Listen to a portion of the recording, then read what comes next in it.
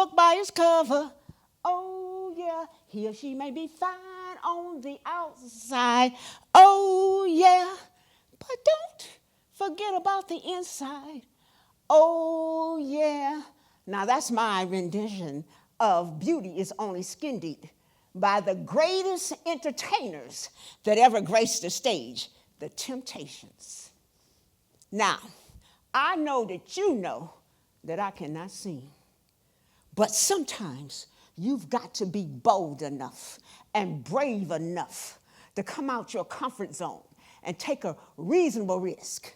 Maybe I was a little crazy, but to do your goal so that you don't be locked in to fear. And no, this is not a love gone wrong song, although the love of God, the love of our community, and we need a lot more of that, right?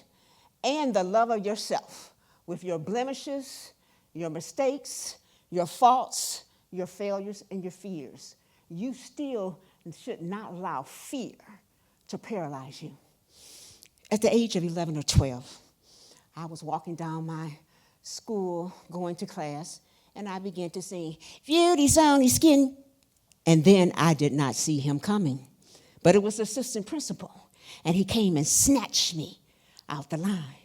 Now, the assistant principal did not know that I was an all-A student, that I was the poster child for good conduct.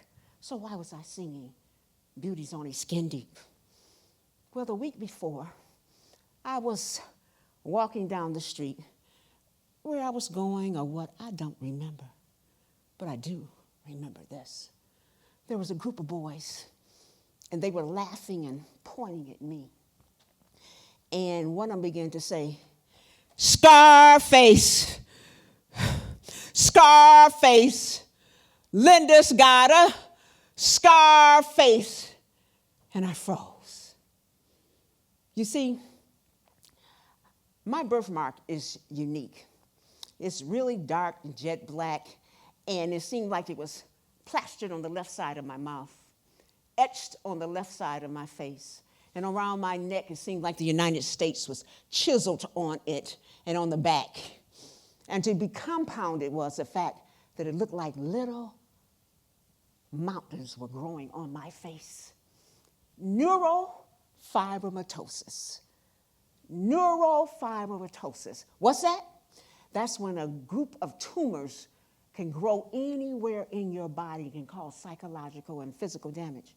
But they grew in my face.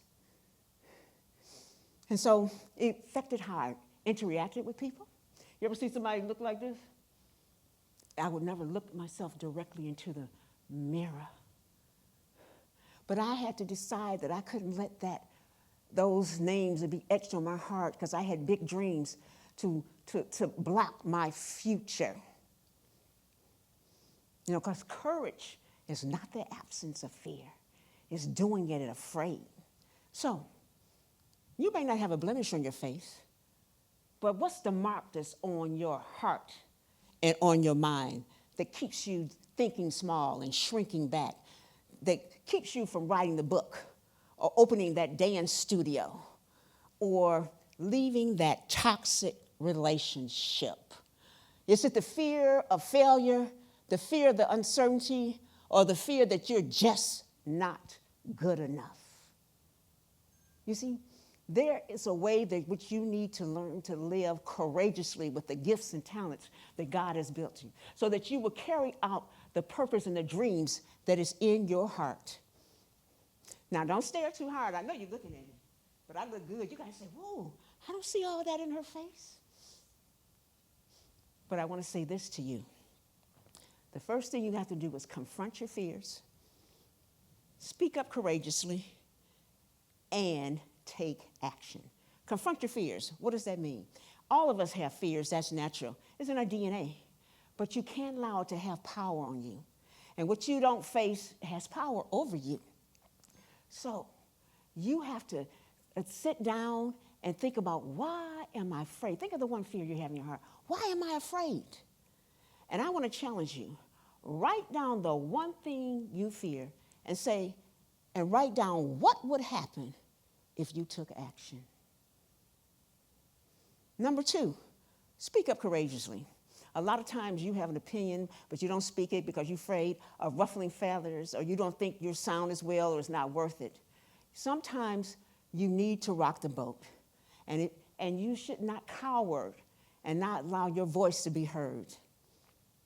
And then, third, take action. But let me tell you a story. Bernadette Stannis was the Thelma on The Good Times, the show that was like a series for like 7 series about a project family out of Chicago.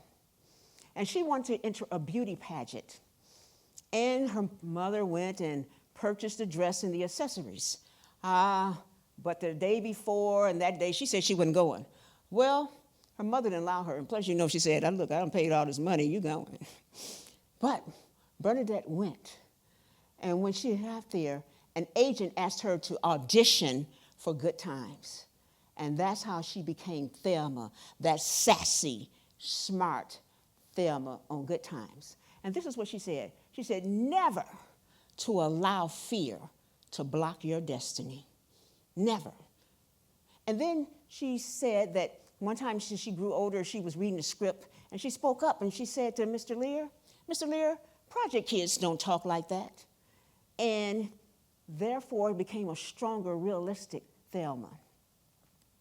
So you can see how you can't allow fear to keep you in bondage. See, courage is a muscle, and you have to continue to exercise it, even as a little bit. Even if you do one step. See, taking action means do the thing that you're afraid of, and you'll have less power on you. I challenge you, the thing that you said, to write out 3 steps for the thing that you fear that you can do in the next 7 days. 3 small steps that you can do. So, now if you're interested in exploring more about how to live courageously, I ask you and invite you to go to my website. That's lindafegins.com. LINDAFEGINS, lindafegins.com. And on there is a workbook that you can download. You can also schedule a schedule with me, and we can go further to see what your needs are. And so I want to leave you with this. Beauty's only skin deep, but courage is from the heart. Thank you.